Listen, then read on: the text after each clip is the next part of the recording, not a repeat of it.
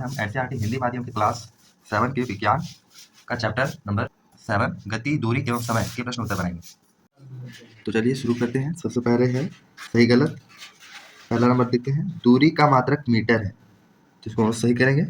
दूरी को हम लोग मीटर में मापते हैं। दूसरा है, प्रत्येक वस्तु नियत चाल से गति करता है। क्या प्रत्येक वस्तु एक समान चाल से चलती है? कहती है नियत चाल मतलब एक समान चाल, तो उसका हो जाएगा गलत। करते किसी दिए गए लोलक का आवर्तकाल नियत नहीं होता है। आवर्तकाल, लोलक का मतलब होता है दोलन, घड़ी के नीचे जो लगा हुआ रहता है, इसको इंग्लिश में पेंडुलम कहते हैं। उसका आवर्तकाल नियत नहीं होता, यानी एक समान नहीं होता, ये भी हो जाएगा गलत। तो एक निश्चित समय में एक निश्चित दूरी को ही दोहराता है। क्वेश्चन नंबर 4, दो शहरों के बीच की दूरी किलोमीटर में मापी जाती है, तो इसको हम सही कर लेंगे। दो शहरों के बीच की दूरी को किलोमीटर में मापी जाती है।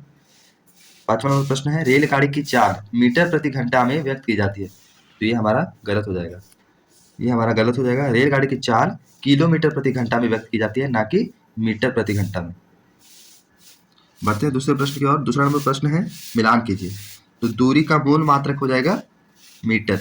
अभी आप लोग को बताएं कि दूरी का मूल मात्रक मीटर है। चाल का मूल मात्रक, तो चाल का मूल मात्रक मीटर प्रति सेकेंड होता है, यानी कि MES, इसको हम शॉर्ट में लिख सकते हैं। यहाँ देख सकते हैं चाल का SI मात्रक मीटर प्रति सेकेंड है। समय का मूल मात्रक, समय का मूल मात्रक हो जाएगा सेकेंड। बढ़ते हैं अगले प्रश्न की ओर। तीसरा नंबर प्रश्न है, साक्षी अपने घर से साइकिल पर विद्यालय पहुंचने में 30 मिनट लेती है। यदि साइकिल की चाल 2 मीटर प्रति सेकेंड है, तो घर से विद्यालय की दूरी ज्ञात कीजिए। तो इसका आंसर हम लोग ऐसे बनाएंगे, विद्यालय पहुंचने में लगा समय, विद्यालय पहुंचने में लगा कुल समय 30 मिनट। 1 मिनट में होता है 60 सेकेंड, इसको हम लोग सेकेंड में बदल लेंगे, तो 30 मिनट में हो जाएगा 30 × 60 सेकेंड, अर्थात 1800 सेकेंड। चाल हमारा दिया हुआ है 2 मीटर प्रति सेकेंड। दूरी का फार्मूला होता है चाल गुने समय, तो चाल हमारा कितना था 2 मीटर प्रति सेकेंड, और समय लिया गया था टोटल 1800 सेकेंड। हम लोग इसको मल्टीप्लाई कर देंगे, यानी 3600 मीटर ये दूरी निकल गया आपका। 3600 मीटर, इसको हम 3 किलोमीटर और 600 मीटर भी लिख सकते हैं, और किलोमीटर में अगर आप इसको दशमलव भी लिखना चाहें तो आप ऐसे भी इसको लिख सकते हैं। चौथा नंबर प्रश्न देखेंगे, दो रेलवे स्टेशनों की बीच की दूरी 250 किलोमीटर है। कोई रेलगाड़ी इस दूरी को तय करने में 5 घंटे का समय लेती है, तो रेलगाड़ी की चाल ज्ञात कीजिए। रेलगाड़ी की चाल क्या है? हम लोग इस प्रकार बनाएंगे, दो स्टेशनों के बीच की दूरी कितना दिया हुआ था 250 किलोमीटर। दूरी को तय करने में लगा समय 5 घंटे, तो चाल को हम लोग जो है, चाल का फॉर्मूला होता है, चाल का सूत्र होता है दूरी बटा समय। दूरी दिया हुआ था कितना 250 किलोमीटर, और समय लिया गया था कुल 5 घंटे। इसको हम ऐसे लिख देंगे, और फिर इसको जो है वो हम 250 को हम डिवाइड करेंगे 5 से। 5 के टेबल में 5, 5 के टेबल में 5 1 बार में, 25 5 बार में, 0 का 0, यानी कुल चाल 50 किलोमीटर प्रति घंटा निकल गई। तो रेलगाड़ी की चाल निकल गया कितना 50 किलोमीटर प्रति घंटा। कोई सरल लोलक 20 पूर्ण दोलन करने में 40 सेकेंड लेता है, लोलक का आवर्तकाल क्या है?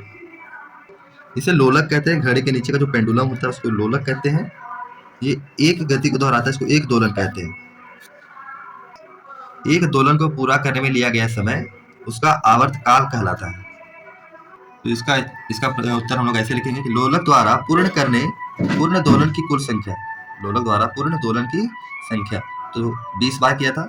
दोलन को करने में लगा कुल समय 40 सेकेंड। आवर्तकाल कैसे निकालेंगे? आवर्तकाल निकालने के लिए हमें लगा कुल समय में दोलन की कुल संख्या से डिवाइड करने पर जो आएगा वो हमारा आंसर होगा। तो दोलन करने में लगा समय 40 सेकेंड और दोलन की कुल संख्या 20, इसको डिवाइड कर देंगे 20 के टेबल में 40 2 बार 2 सेकेंड, ये हमारा 2 सेकेंड आंसर आ गया। निम्नलिखित गतियों का वर्गीकरण सरल रेखा के अनुदिश वर्तुल तथा दोलन गति में कीजिए। इसको बनाने से पहले मैं आपको बता दूं कि गति 3 प्रकार की होती है। गति 3 प्रकार की होती है, सरल रेखीय गति, वर्तुल गति और दोलन गति। तो सरल रेखीय गति कहते हैं जब कोई वस्तु सीधी रेखा में गति करता है तो उसे सरल रेखीय गति कहते हैं, और जब कोई वस्तु घूर्णन गति करता है यानी बार बार गोल गोल घूमता है तो उसे वर्तुल गति कहते हैं, और वह वस्तु जो अपनी गति को बार बार दोहराता हो तो उसे दोलन गति कहते हैं। तो हम लोग इसको उसी गति के अनुसार जो है वो बांटेंगे। सीधी सड़क पर गाड़ी को खींचते हुए घोड़े की गति, इसका आंसर हम लिखेंगे सरल रेखीय गति।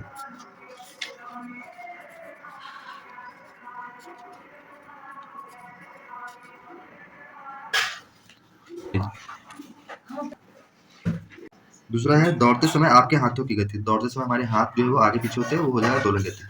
विद्युत घंटी के हथौड़े की गति, तो उसका भी उत्तर हो जाएगा दोलन गति। चौथा नंबर क्वेश्चन है मेरी गो राउंड। मेरी गो राउंड वो गोल गोल जो झूला होता है जिसमें अपनी भाषा में तारामाची कहते हैं। तो मैरी गो राउंड में झूले की गति, झूले में बच्चे की गति वर्तुल गति, चूंकि वो तो गोल गोल घूम रहा है। सीधे पुल पर बच्चे की गति, अगर सीधे पुल पर कोई बच्चा चल रहा हो तो वो सरल रेखीय गति हो जाएगा। सी सॉ एक झूला होता है जो पार्क में लगा हुआ रहता है, तो हो जाएगा दोलन गति। सरल सरल लोलक की गति, यानी कि घड़ी का जो पेंडुलम की गति है, तो वो भी हो जाएगा हमारा दोलन गति। क्वेश्चन नंबर 7, निम्नलिखित में से कौन सा संबंध सही है?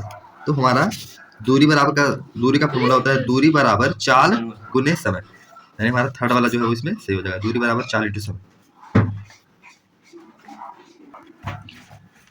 8वां नंबर प्रश्न और आखिरी प्रश्न है कि रांची से जमशेदपुर की दूरी 140 किलोमीटर है। एक वाहन 35 किलोमीटर प्रति घंटे की चाल से चलती है, उसे रांची से जमशेदपुर जाने में कितना समय लगेगा इस बार। तो आइए इसका हम लोग आंसर लिखते हैं। तो रांची से जमशेदपुर की दूरी 140 किलोमीटर, वाहन की चाल वो भी दिया है 35 किलोमीटर प्रति घंटा, समय निकालना है। तो समय का फॉर्मूला होता है दूरी बाई चाल। दूरी दिया हुआ था कितना 140 किलोमीटर और वाहन की चाल दिया हुआ था 35 किलोमीटर प्रति घंटा। तो 140 को डिवाइड करेंगे 35 से, 7 के टेबल से इसको डिवाइड करते हैं तो ये 5 बार में आता है, और 7 के टेबल से इसको डिवाइड करते हैं तो ये 2 बार में आता है। इसको 0 को 0 लिख देंगे हम लोग, और फिर 5 के टेबल से डिवाइड करेंगे 5 1 बार में, 24 बार में, यानी हमारा 4 घंटे का समय लगेगा। यहाँ आपका चैप्टर होता है समाप्त। Thank you so much.